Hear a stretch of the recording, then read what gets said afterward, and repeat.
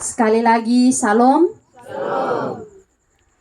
Bapak Mama, kekasih-kekasih Tuhan, tema yang saya angkat sebagai perenungan kita pada malam hari ini, yaitu menemukan Tuhan dalam duka. Sekali lagi, tema yang saya angkat bagi perenungan firman kita pada malam hari ini, yaitu menemukan Tuhan dalam duka.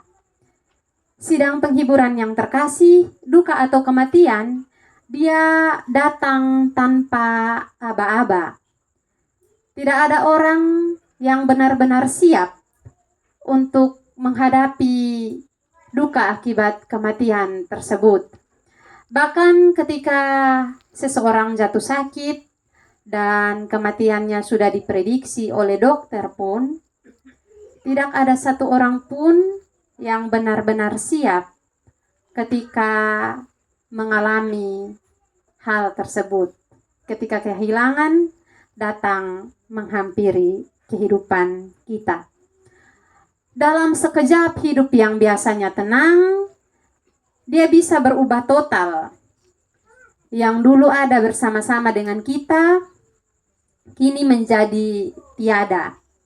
Yang dulunya rutin tertawa bersama, makan bersama, bercerita bersama, kini menjadi sepi.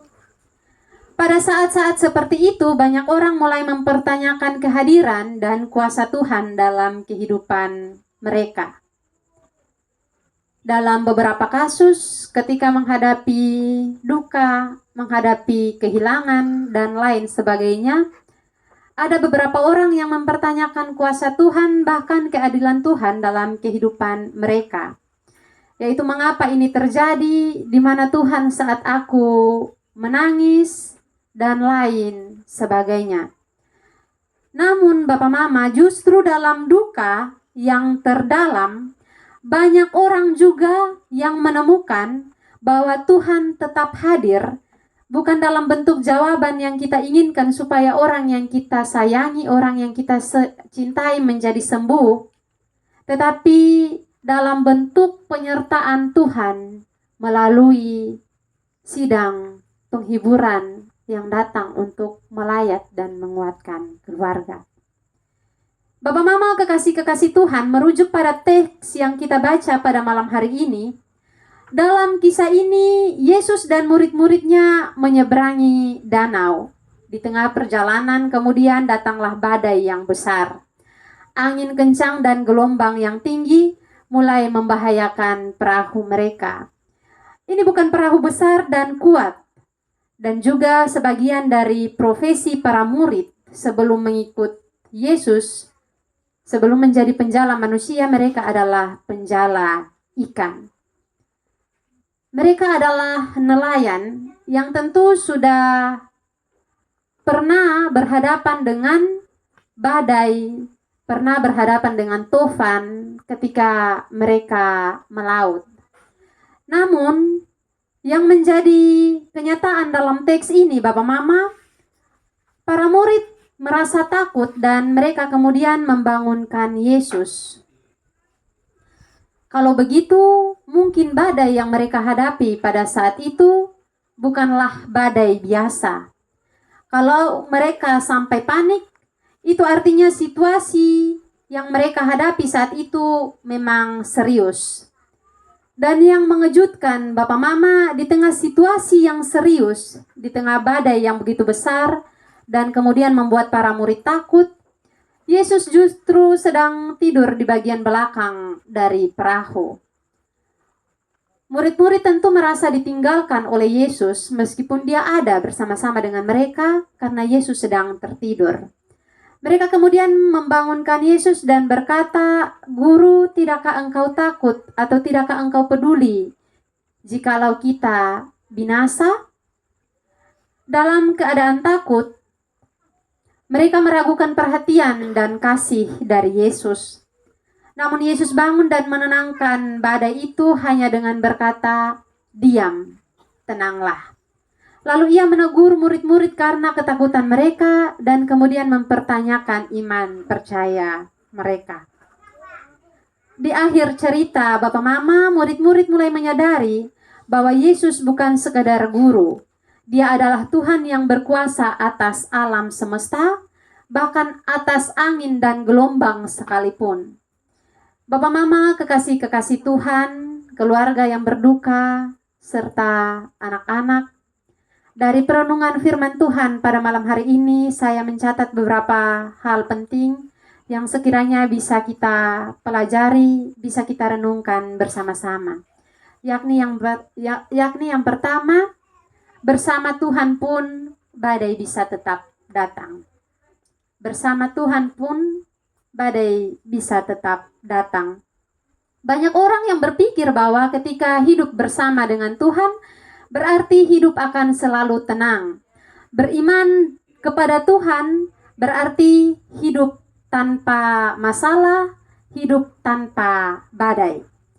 Tetapi kisah para murid dalam menghadapi badai kali ini membuktikan bahwa ketika kita berada dalam rencana Tuhan sekalipun, menyeberang danau bersama dengan Yesus, badai tetap bisa datang. Artinya apa, Bapak Mama? Iman bukan perlindungan dari masalah, tetapi jaminan bahwa kita tidak akan sendiri saat menghadapi masalah. Dalam pengalaman duka, kita belajar bahwa Tuhan tidak menjanjikan hidup yang mudah, namun Dia menjanjikan kehadirannya yang selalu setia. Saat perasaan kita hancur dan hidup terasa kacau, kita bisa tetap percaya bahwa Tuhan juga berada di tengah-tengah kita. Meskipun kehadirannya secara fisik tidak nampak, tetapi percayalah bahwa Tuhan hadir melalui orang-orang di sekeliling kita. Hal yang kedua, dalam duka wajar merasa takut, tapi jangan sampai rasa takut itu membuat kita berhenti percaya. Dalam duka wajar kita merasa takut, tetapi jangan sampai ketakutan kita membuat kita berhenti percaya kepada Tuhan. Murid-murid takut, Bapak Mama. Mereka merasa Tuhan tidak peduli hanya karena Tuhan sedang tertidur. Ini juga yang sering kita rasakan dalam duka. Kita mulai mempertanyakan cinta dan kasih daripada Tuhan. Tapi respon Yesus menunjukkan bahwa rasa takut bukan masalah utama, dan yang menjadi persoalan adalah ketika kita tidak lagi percaya di tengah rasa takut itu. Iman tidak meniadakan air mata. Iman tidak membuat badai berhenti, tetapi memberikan pengharapan di dalam badai, memberikan pengharapan di dalam air mata kita. Kita boleh menangis, tetapi jangan sampai kita berhenti berharap kepada Tuhan. Kita boleh bingung akan arah kehidupan kita selanjutnya. Ada 4 orang anak yang mungkin bingung kehilangan arah ketika mereka kehilangan ayah terkasih. Tetapi jangan sampai menyerah kepada kehidupan. Hidup harus terus berjalan meskipun tanpa Bapa terkasih. Tuhan tidak marah karena kita takut, tetapi Ia rindu agar kita tetap percaya meskipun keadaan tidak berubah secepat yang kita inginkan. Meskipun badai tidak menjadi seketika tenang seperti yang para murid rasakan. Hal yang berikut, Bapak Mama, Tuhan tetap berkuasa sekalipun kita merasa Dia sedang diam. Tuhan tetap berkuasa sekalipun kita merasa Dia sedang diam. Bapak Mama, Yesus tidur di perahu bukan karena Dia tidak peduli, tetapi karena Dia tahu badai itu tidak akan mengalahkan mereka. Ketika kita merasa Tuhan diam, itu tidak berarti Dia absen atau Dia tidak hadir dalam pergumulan kehidupan kita. Mungkin di saat seperti itulah Dia sedang menguatkan kita dari dalam. Seringkali dalam masa duka, kita tidak langsung bisa merasakan kehadiran Tuhan. Tetapi Setelah kita melewati masa-masa berat itu, baru kita bisa melihat bahwa tangannya tetap menopang kita dalam duka yang kita rasakan, dan kasihnya juga tetap nyata dalam hal-hal sederhana, yaitu dalam bentuk penghiburan dari orang lain, dalam bentuk kekuatan untuk terus hidup menjalani hari-hari kita, bahkan dalam doa yang mungkin hanya bisa diungkapkan lewat air mata. Hal yang berikut, Bapak Mama, duka bisa menjadi titik balik untuk mengenal Tuhan lebih dalam. Setelah badai diredahkan, murid-murid mulai bertanya siapa gerangan orang ini sehingga angin dan badai pun taat kepada dia. Ini adalah awal dari pengenalan mereka yang lebih dalam akan pribadi Yesus. Meskipun Bapak Mama mereka sudah hidup beberapa waktu dengan Tuhan, tentu mereka sudah menyaksikan betapa banyaknya mujizat yang Tuhan lakukan. Demikian juga dalam pengalaman kehilangan, kita bisa mulai melihat sisi lain daripada Tuhan. Kita mulai memahami bahwa Dia bukan hanya Allah yang memberkati, tetapi juga Allah yang menemani dalam penderitaan. Bukan hanya Allah yang memberi kehidupan, tetapi juga Allah yang menopang kita ketika Dia mengambil kembali kehidupan. Duka bisa menjadi tempat kita belajar untuk bergantung sepenuhnya kepada Tuhan Bapa Mama, kalau kita mau memberi diri untuk ditopang dan dihibur oleh Dia. Sidang perkabungan yang terkasih, tidak ada jalan pintas melewati duka. Tidak ada jalan pintas menuju sorga. Semua harus dilewati melalui satu jalan yang namanya kematian. Tetapi melalui jalan itu, melewati jalan tersebut, melewati duka yang kita alami, kita bisa berjalan bersama Tuhan melaluinya. Kisah dalam Injil Markus pasal 4 yang kita baca pada malam hari ini mengingatkan kita bahwa badai bukan tanda Tuhan sedang menjauh. Justru di tengah badai, kita bisa belajar mendengar suaranya yang menenangkan dan menemukan kehadirannya yang setia.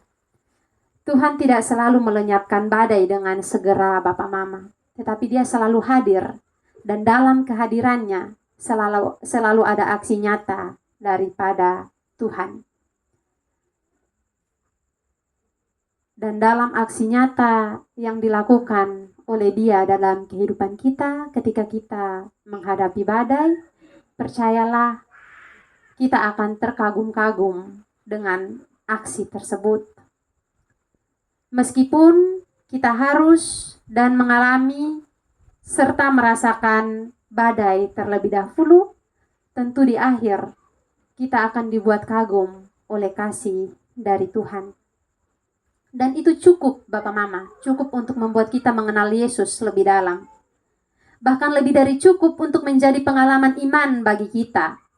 Sehingga ketika saat badai selanjutnya datang, kita tidak lagi mencari bagian Alkitab untuk memvalidasi rasa sakit kita. Tetapi pengalaman iman kita sendiri sudah membuktikan bahwa kita bisa menemukan Tuhan meski dalam duka dan badai sekalipun. Kiranya firman Tuhan memberkati dan menguatkan kita semua. Amin untuk firman Tuhan.